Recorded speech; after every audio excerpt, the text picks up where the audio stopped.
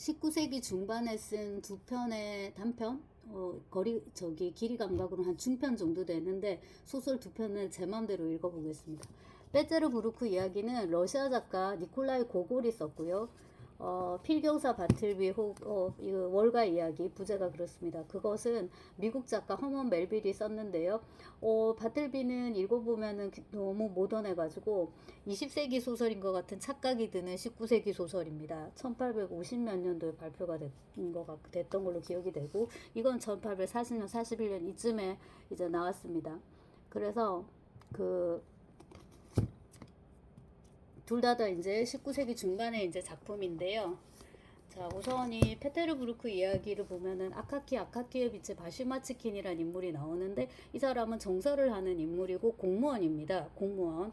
국가 그 관료제에 소속이 돼 있는데 구둔관이에요. 구둔관이면 관료제 그 사무실 안에서는 제일 빠지지만 러시아 관등제가 총 14관등입니다. 그러니까는 아주 밑바닥은 아니에요. 그럼 13, 14에 해당하는 사람은 누구냐? 요즘을 치면 환경미화원, 그 다음에 역참, 그 기차역 있잖아요. 그런 데서 일하는 역참직이 이런 분들입니다. 그래서 구등관이라면 하급이라고는 할 수 있지만 하급이죠. 사무실 안에서는. 근데 이제 전체 관등을 놓고 보면은 중간 정도 된다고 이제 보시면 될 거고요. 이 바틀비는 공무원은 아니고 그 월가의 변호사 사무실에 뭡니까? 소속되어서 이제 일을 하는 필경사, 역시나 뭡니까? 정서가입니다. 그 당시에 이 정서를 하는 인력이 왜 이렇게 많이 필요했을까 생각을 해보면 서류가 많이 작성이 됐을 것 같고요.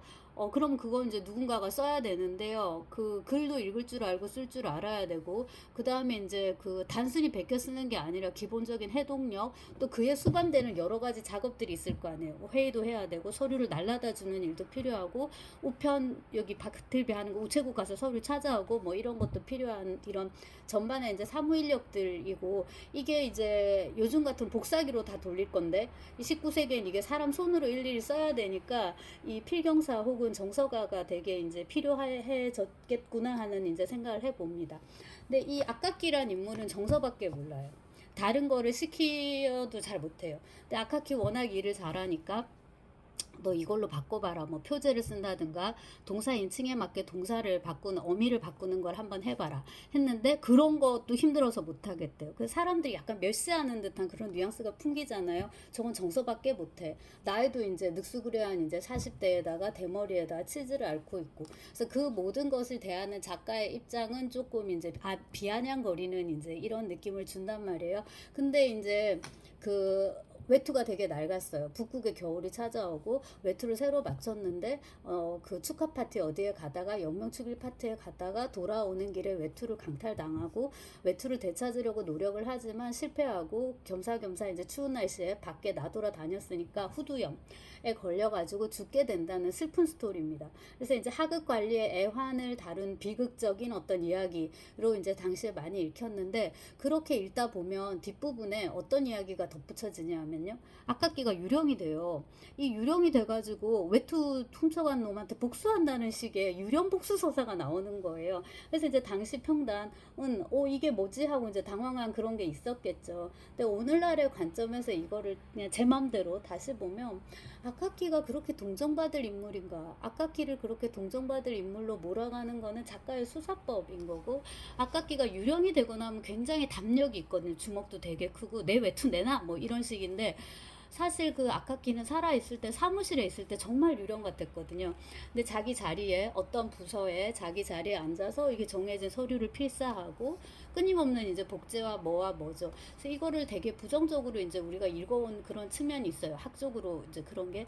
근데 그냥 제가 제 마음대로 읽겠다 말씀을 드렸죠. 아카키가 그거에 되게 이제 만족을 하고 살거든요. 그러면 누가 아카키의 인생에 대해서 너는 정선화하는 주제, 너는 왜 그렇게 작은 것에 만족하고 그따구로 살아? 라고 누가 감히 말할 수 있는 거죠.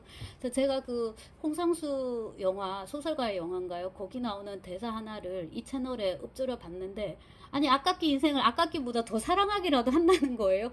해서 홍상수식으로 한번 바꿔서 표현할 수 있을 것 같고, 어쩌면 이제 그 아까끼야말로 정신승리의 최고봉이라고 할 수 있는 것이고, 요즘 식으로 하면 이제 독거 중년이고 고독사 하는 건데, 뭘 그게 그렇게 큰 비극이라고. 그러니까 제도적으로 이제 그런 일이 일어나지 않도록 되도록 여러 가지 정비를 해야 된다는 데는 누구나 다 동의를 할 거고 저도 마찬가지인데요.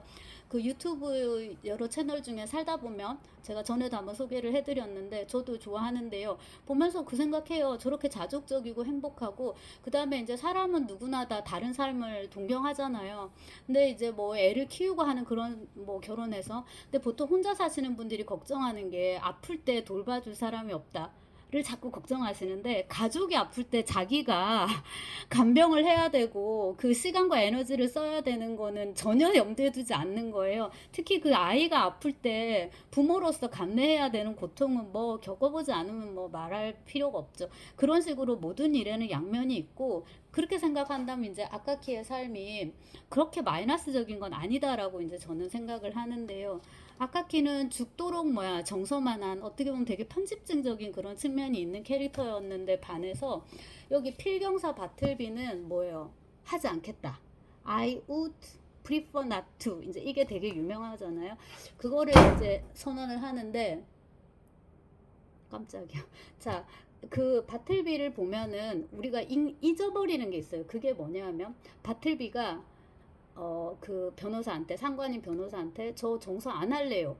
안 하고 싶습니다. 하기 싫습니다. 그건 하기 싫습니다라고 선언했을 때 그 이전의 바틀비는 굉장히 성실한 정서가이자 그 사무실 직원이었다는 거죠. 그러니까 썼죠. 변호사가 고용을 한 거죠. 굉장히 창백하고 조용하고 말이 없고 일을 잘하고 너무나도 일을 잘하니까는 그 투명인가요 불투명인가요 그 칸막이 너머로 이제 앉힌 다음에 정말 자기 수족처럼 부리려고 또 안으로 가까이 들이잖아요. 그런 식으로 말하자면 왕의 총애를 얻듯이 상관의 총애까지 얻는 아주 훌륭한 명민한 이제 청년이었단 말이에요. 그래서 우리는 바틀비가 하기 싫다라고 말하기 전에 굉장히 열심히 정서를 하는 인물이었다라는 거를 까먹고 있어요. 그래서 바틀비를 어떻게 보냐면 이제 어떤 학생이 옛날에 수업할 때 제가 요거를 그 창작 수업할 때 했었는데 국문과에서 개설되는 건데요.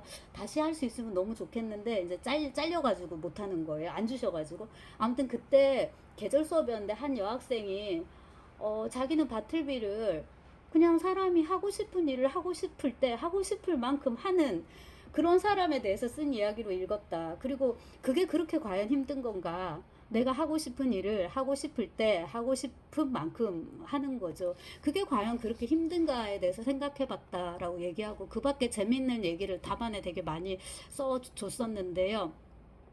그런 문제인 거죠. 그리고 이제 우리는 그 이전의 바틀비를 모르잖아요. 소설이 마지막에 끝날 때 이른바 그 믿을 수 없는 화자인 거죠. 이 변호사도 unreliable narrator에 해당하는 이 화자가 옛날에 바틀비가 그 그 오피스 데드 레터 오피스인가 그 저기 수취인 불명 우편 그 취급소에서 일했다는 거를 얘기를 하면서 그게 마치 바틀비의 어떤 독특한 성향을 다 설명해 줄 수 있는 것처럼 얘기를 하지만 마치 그게 되게 거국적인 폭로인 것처럼 얘기를 하지만 아무것도 설명해 주지 않는다고 저는 생각하거든요. 바틀비가 왜 그런 성격을 가지게 되었는지 뭐 특별한 이유가 있을 것 같지도 않고 그 다음에 바틀비에게도 한때 꿈이 있었을 수 있어요. 거기 보면은 그 진저넛 니퍼즈 말고 진저넛 있죠. 그 꼬맹이가 아버지가 마부잖아요. 그래서 아버지가 아들이 마부석에 앉는 것보다니 변호사석에 판사석에 앉는 걸 바래가지고 여기다 집어넣었다 나오는데 어쩌면 바틀비에게도 그런 야망이 있었는지 모르죠. 내가 이렇게 열심히 뭐 필사를 하다 보면은 어느 순간에 나는 저 데스크에 올라가서 뭐 변호사가 되거나 뭐 어쩌거나 사람이 이제 잘 모를수록 꿈은 더 크게 가지게 되니까 한편으로는 그런 게 있었을 수도 있고 아니었을 수도 있고요. 몰라요 우리가 바틀비에 대해서. 그래서 이건 제목이 고골의 외투는 제목이 외투지만 이건 제목이 필경사 바틀비인데 우린 바틀비가 월가에서 일하는 필경사였다는 거 말고는 일절 알 수가 없어요. 그리고 이제 그거 말고 한 가지 우리가 더 아는 것은 뭐예요? 하기 싫다. 정선하기 싫다. 그럼 뭐 하고 싶니? 말도 잘 안 해요. 나가라. 아니 나가기 싫습니다. 지금 여기가 더 좋습니다. 그러고 이제 안 나가니까 아시다시피 변호사가 도망을 갔잖아요. 그러고 이제 이미 변호사가 이사를 간 다음에 바틀비가 머물던 그 계속 원래 있던 그 사무실에 바틀비가 안 떠나고 건물의 유령이 돼가지고 있어요. 아까키는 사무실의 유령, 페테르부르크의 유령인데 얘는 뉴욕 월가의 유령에다가 이 사무실의 유령, 건물의 유령이 되고 집도 없어갖고 그냥 여기서 숙식을 해결하거든요. 아무튼 이제 그래서 변호사가 와가지고 둘이 대화를 나누 나누는 장면에서 야 그러면 바틀비야 어디 이렇게 동네 다니면서 뭐 돈 수금하는 거는 어떠냐? 저는 움직이는 일은 싫어요. 그것도 하기 싫어요. 야 그러면은 좀 외로운 노인, 청년 이런 사람의 말벗이 돼주는 건 어떠냐? 그것도 싫어요. 저는 붙박이 일이 좋습니다. 좋죠, 그죠? 뭔가 다 싫은데 뭐 하나가 좋다라고 얘기를 해요. 그러니까 바틀비가 싫은 게, 뭐 대부분 다 좀 싫다고 했는데 싫은 게 있는 만큼이나 좋은 거 하고 싶은 게 있단 말이에요. 저는 붙박이 일이 좋아요. 야, 너 그렇게 붙박여 있고 지금 더 이상 붙박이 일이 뭐가 있단 말이야. 너 조용. 그래서 저는 붙박이 일이 좋아요. 이렇게 충분히 붙박혀 있는데도 어떻게 보면 더 붙박이 일을 하고 싶다라고 또 이제 생각할 수도 있고요. 그래서 바틀비가 그 부분에서 되게 말이 많아져가지고 이제 그 변호사가 흥분하는데 독자인 우리도 뭡니까? 되게 흥분하는 측면이 있어요. 그 다음에 이제 마지막에 아무데도 돌아다니지 않는다는 이유로 오히려 돌아다니는 사람들이 들어가는 불안한 이제 그 수용소에 갇히게 되는데 바틀비가 죽어가는 방식도 네, 저는 베스트라고 생각해요. 먹기 싫다. 먹지 않는 쪽을 택하겠다. 먹는 것은 싫다. 네, 그거 안 먹는 거죠. 안 먹으면 어떻게 돼요? 사람은 당연히 죽는 거예요. 그래서 조용히 이렇게 누워가지고 이제 있다가 그 변호사가 면담을 갔는데 저쪽에 아까부터 누워있다고 가보니까 이제 풀밭에 누워있는 거잖아요. 그러다 이제 사실은 죽은 건데 거기 그 처음에 변호사가 바틀비 찾아왔을 때 면담했을 때 대사도 재밌잖아요. 바틀비야, 네가 여기 있는 게 무슨 너한테 나쁜 이력이 붙는 것도 아니고 여기를 봐. 하늘도 보이고 저기 풀밭도 있고 참 좋지 않니? 그래서 그 부분 대사도 되게 좀 웃겼고 그 죽여주는 여잔가 거기서 그 윤여정하고 할아버지 나누는 대화처럼 나 이제 아무것도 못한다 진짜 똥오줌도 내가 못 받아내고 이런 식의 말을 남자가 하니까 윤여정이 이제 여자가 아이고 잘 됐네. 네 손을 안 해도 되고 남들이 다 받아주네. 약간 이제 이런 식으로 오픈 희비극이 이제 되는 거죠. 그래서 마지막에 이제 바틀비는 먹기 싫으니까 먹지 않다가 자신을 이제 죽음에 이르게 한다. 아주 자기가 원하는 방식으로 가는 거죠. 그리고 이제 사람은 기본적으로 다 죽으니까 바틀비의 그 죽음의 양상이 큰 비극인 것도 아니고요. 그래서 두 개를 우리가 엮어 가지고 결국에 내가 원하는 어떤 삶, 내가 하고 싶은 일을 내가 하고 싶을 때 하고 싶은 만큼만 하다가 우리가 고를 수 있는 게 아니니까 우리한테 오는 운명 있잖아요. 그거를 이제 그대로 최대한 이제 수용하면서 이제 가는 거죠. 그다음에 이제 이거를 조금 더 공부하는 방식으로 읽으면은 시대적인 측면이 있을 거예요. 19세기에도 페테르부르크 관료제, 러시아의 관료제라든지 요거는 이제 그 미국의 월가의 자본주의 발달이라든지 뭐 그런 것들하고 병철해서 읽을 수 있을 것이고 그런 교과서적인 정보는 제가 이 채널에 그 수업용 강의로 찍어 놓은 것들이 있거든요. 거기서 좀 얘기가 될 거고요. 제가 이거 갖고 글을 조금 쓰면서 이거는 아깝게 어떤 음산하죠. 아깝기는 말도 하지 않고 얘도 말 잘 안 해요. 얘는 창백하면서 둘도 말이 없는데 아깝기는 중년이고 대머리고 치질을 앓고 있고 막 궁상스럽고 뭔가 되게 불쌍해 보이는데 바틀비는 젊어서 그런지 그냥 뽀얗고 이렇게 창백하고 그런 느낌이 들잖아요. 그래서 어딘가 그런 적어도 아깝기가 보여주는 꾸질꾸질하면 꼰질꼰질하면 그런 거는 이제 보이지 않는 거죠.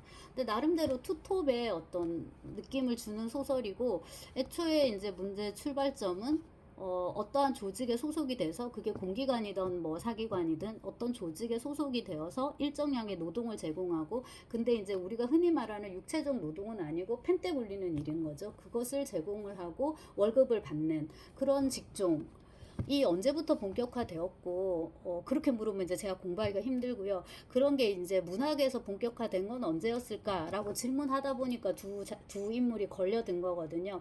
근데 그렇게 이제 접근을 한 거지만 소설을 읽다 보면은 이 인물들의 삶이 꽤 마음에 들어요. 개인적으로 더 마음에 드는 건 사실 바틀비 쪽인데 하는 것보다 하지 않는 것이 더 힘들잖아요. 특히 지금 우리는 뭐 안 하면 안 되는 그런 상황인 거잖아요. 근데 안 해도 사실은 별일 나지 않고 저는 사람들이 일이 너무 많아가지고 뭐 밤을 샜어 막 있죠. 그런 게 사실 이해가 안 돼요. 뭘 그렇게 밤샐 만큼 일이 많고 그렇죠. 자, 아무튼 그 모든 거를 의외로 우리가 알아서 조절할 수 있어요. 조금만 자기 자신에 대해서 양보를 하고 좀 자기 자신을 좀 긍휼히 여기고 기대치를 조금만 낮춘다면 그래서 뭐가 중요한지 진짜 무엇이 중요한지 생각을 해보면 답이 나올 거라고 생각해요. 그래서 이 소설 두 편이 조금 지침이 될 수 있지 않을까 해서 찍어봤습니다.